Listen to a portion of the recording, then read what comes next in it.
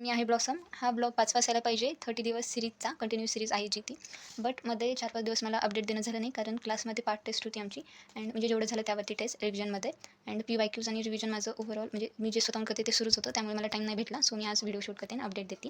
So गेल्या बुधवारी जी taste झाली, सो या चॅप्टर्सवरती होती टेस्ट. आणि या म्हणजे 200 आउट ऑफ मला 131 मार्क्स आहेत. सो हां, इथं. So 99 correct and 51 wrong. So हां. अँड म्हणजे मला मॅथमध्ये 64च आहेत. कारण ना मी खूप म्हणजे अशा थोड्याशा सिली मिस्टेक केल्या लॉजिकमध्ये. मी खूप म्हणत होते लॉजिक खूप कितीदा घेत आहेत, किती वेळेस घेत आहेत. बट हां, आता चूक म्हणजे मी ॲक्सेप्ट करते दॅट म्हणजे सिली मिस्टेक झाल्या.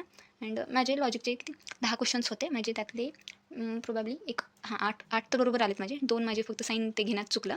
अँड केमिस्ट्रीमध्ये सोल्युशन अँड थर्मो तर जे फॉर्म्युला ओरिएंटेड होतं हे चॅप्टर्स आहेत. आणि फिजिक्समध्ये या 2 चॅप्टर्सचे PYQ जरी केले असते तरी म्हणजे छान मार्क्स आले आहेत अँड आलेत. सो हां, हे म्हणजे छान मार्क्स आलेत म्हणून मी सांगते आहे तुम्हाला. आणि माझा रँक 4th आहे क्लासमधून ओव्हरऑल.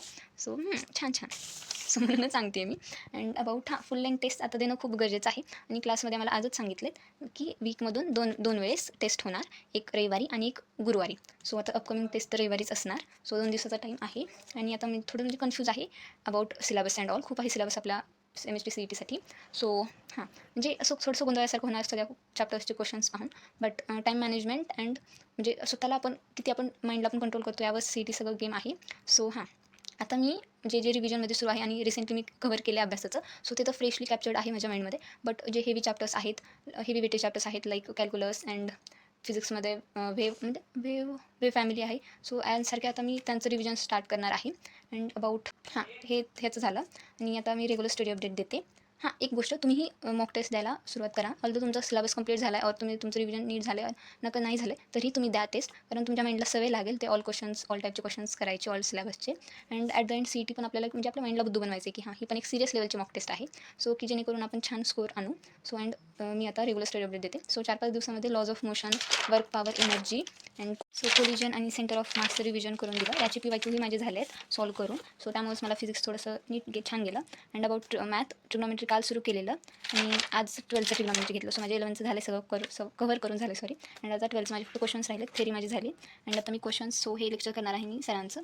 सो त्यामुळे आणि 1.25च्या स्पीडने मी करणार आहे, कारण मला फक्त क्वेश्चन्स पाहिजेत सॉल्विंगसाठी. सो तेच मी आणि हे ट्रिग्नॉमेट्री झालं आहे बरं का आमचं. हे मे बी बोर्ड्सच्या आधी हा चॅप्टर झालेला आहे रिवाईज करून. बट आता नवीन क्रॅश कोर्स लॉन्च केला आहे ऑफलाईन क्लासने. अँड थोडंसं इम्प्रेशन पाडावं लागतं ना न्यू स्टुडंटसमोर, बघा की आम्ही किती स्टार्टिंगपासून घेतो आहेत.